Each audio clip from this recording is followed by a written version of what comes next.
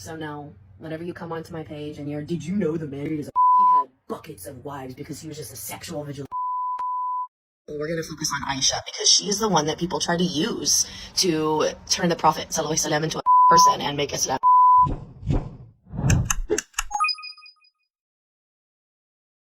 alaikum wa rahmatullahi wa barakatuh. I am so excited to share this today. And I know that this is probably going to receive a lot of and receive a lot of complications, especially from those outside of the Muslim community. But I don't care. It's true. It's a hot topic and people need to learn. So today I'm sharing out of this book, Revelation, the story of Muhammad, peace and blessings be upon him, by Muraj Muhyiddin. And this is a phenomenal textbook. I talk about it all the time. Its knowledge is so in-depth. So something I face pretty much any time ever that I talk about my reversion to Islam, my beliefs with Islam, somebody out there, some Islamophobic person or some just ignorant person is going to bring up Aisha and the Prophet ﷺ's wives, multiple wives. So let's get into it. Have I done my research? Do I understand that the Prophet ﷺ married multiple women? And do I understand that he was married to women that we today, in this modern era, might believe is really not an appropriate age to marry? So we know that in the year after Khadija's, the Prophet ﷺ's wife, who he was completely monogamous with, Khawla bint al-Hakim suggests Sauda bint Zama and Aisha bint Abu Bakr as suitable wives. We're going to focus on Aisha because she's the one that people try to use to turn the Prophet ﷺ into a person and make Islam a problem. So to start, we know that we can't superimpose our cultural modern ideas that we have developed over 1500 years on postmodern Arabia. First and foremost, let's be real. Even prior to Renaissance Europe, children were considered adults at 7 to 8 years old. They were in the Crusades by 9 years old. So saying that Aisha was 9 years old and that the Prophet ﷺ was that, we can't apply the standards of today on modern Arabia and 7th century Arabia, okay? There is no comparison. These people were extremely mature and they were at a totally different place than we are now.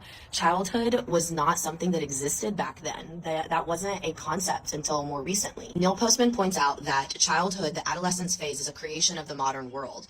So in the biography of the Prophet, which has the earliest detailed list of the first people who converted to Islam, Aisha's name is on this list, except for they did not allow any children's name to be on this list because children can't be considered converts to Islam. It has to be an actual decision when you take your shahada. It has to have true intention and understanding.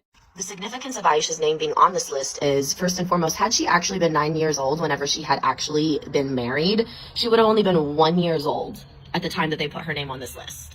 Now, if we use common sense and we actually look at what Islam tells us, it's most likely that she accepted Islam closer to 9 or 10 years of age when she was fully coherent and capable of making that decision. We put that in the 5th year of Islam and that she would be 19 at her age of marriage. It lets us know that when the Muslim army was in retreat during Uhud and the people moved away from the Prophet, I saw Aisha and Salim. They were carrying water skins on their backs and running to give people drink. Okay, well, we also know that the Prophet ﷺ did not even permit men younger than 14 years of age to get and to stay with. So do you really think that the Prophet ﷺ would allow a girl, especially one meant to be his wife? The fact of the matter is there is so much evidence, and if you use your brain and if you were actually trying to understand and trying to make sense of Islamic history and the Prophet ﷺ, his impact on the world and the things that he did, then this is the type of digging that you need to do. This is the type of work you need to put in to understand what you're learning, what you're following, or what you're trying to prove wrong and what you're trying to go out there and people over. And it's like, did you know that the man that you follow, he was sleeping with 9-year-old girl? He had so many wives that he was obsessed with. He was such a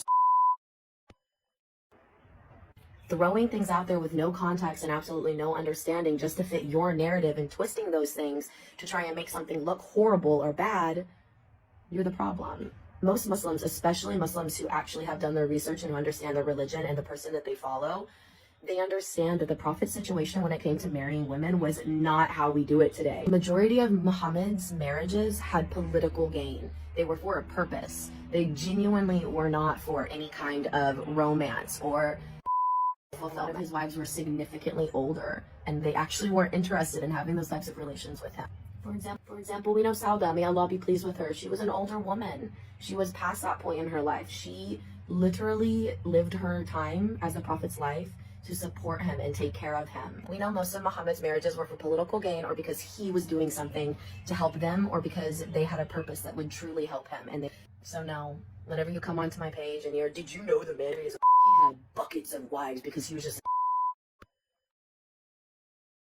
That doesn't do anything to me, and it shouldn't to majority of us Muslims. And if you do question those things, then look into it. Look deeper into the religion that you're committing your life to practicing.